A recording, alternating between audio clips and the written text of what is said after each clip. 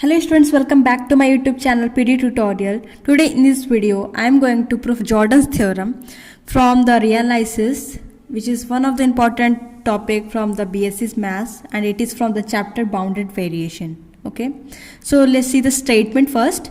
A function small f of bounded variation is expressible as a difference of two monotonic increasing function.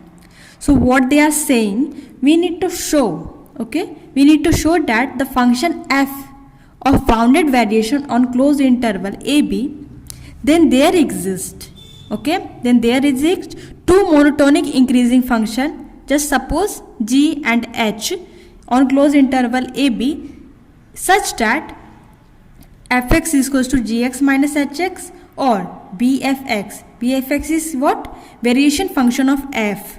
Variation function of f is equals to gx plus hx. Okay, so without wasting any time, let's start the proof.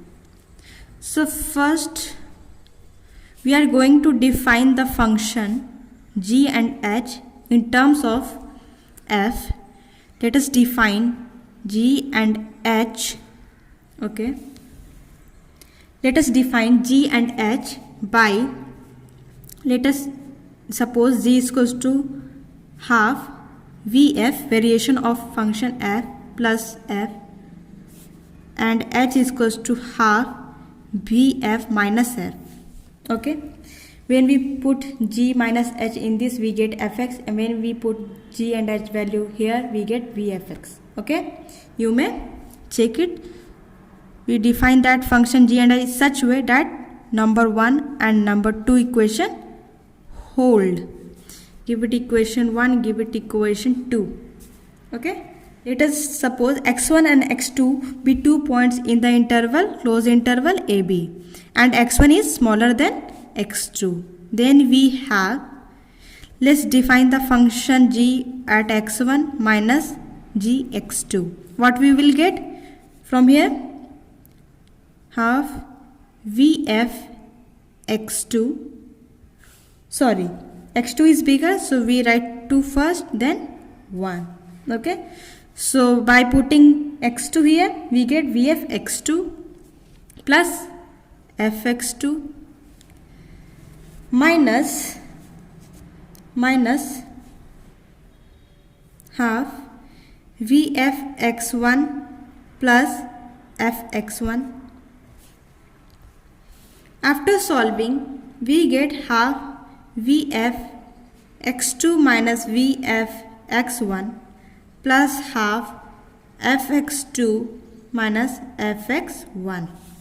Okay, now we know that what is this? This is equal to variation of function f in interval x1 and x2. We can write it as this. I hope you know that theorem. This is a monotonically increasing character of variation function. From there I have written this. Plus, what else? We just take the half outside and the rest part is fx2 minus fx1. Closed.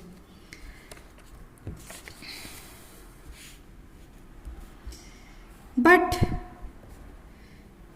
since we know that variation of function x1 at interval x2 and x1 is greater than is equals to modulus of fx2 minus fx1.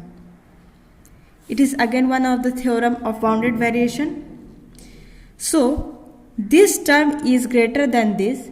So this term is get added with someone else.